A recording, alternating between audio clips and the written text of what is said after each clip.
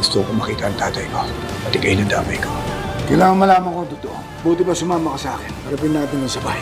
Sa pagbabalik ng FPJ Batang Quiapo sa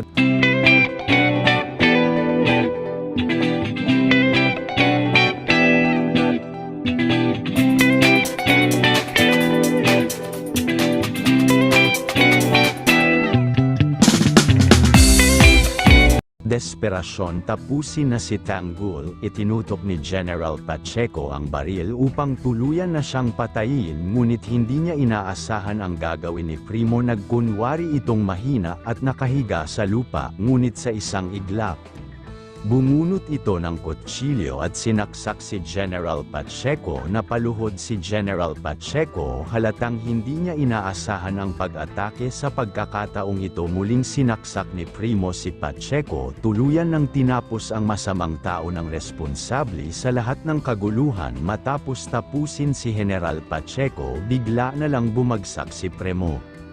Halatang ubos na ang kanyang lakas kasabay ng pagbagsak ng kanyang katawan, tila iniwan niya na rin ang lahat ang kanyang hinanakit sa mundo. Pilit siyang ginigising ni Tanggol, pinipilit siyang lumaban upang mabuhay.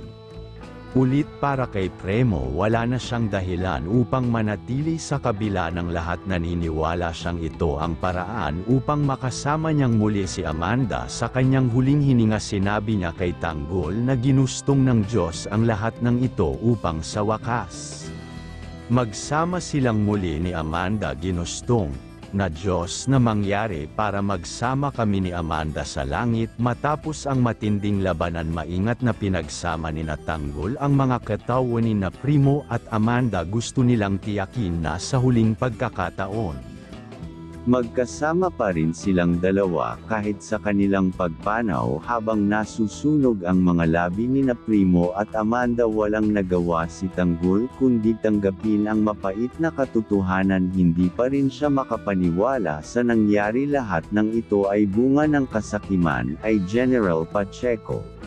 Ngunit sa kabila ng lahat, wala nang babalikan sila Primo at Amanda, at ang tanging magagawa na lang nila ay magluksa at tanggapin ang kanilang pagkawala. Sa kanilang pagbabalik, nag-usap ang grupo ni Tanggol tungkol sa nangyaring kaguluhan. Hindi may tago ni Madonna ang kanyang sama ng loob para sa kanya masyadong tuso si General Pacheco. Ginamit niya ang kanilang galit para kay Amanda upang gawing laruan ang kanilang buhay, at ang galit na pinakamana para paglaruan type. Dahil sa mga pangyayaring ito, nagbabala si Tanggol sa kanyang grupo. I-click mo na ang video na ito. Maraming salamat po. Please like and share, subscribe my YouTube channel. Abangan ang susunod na update sa Batang Quiapo.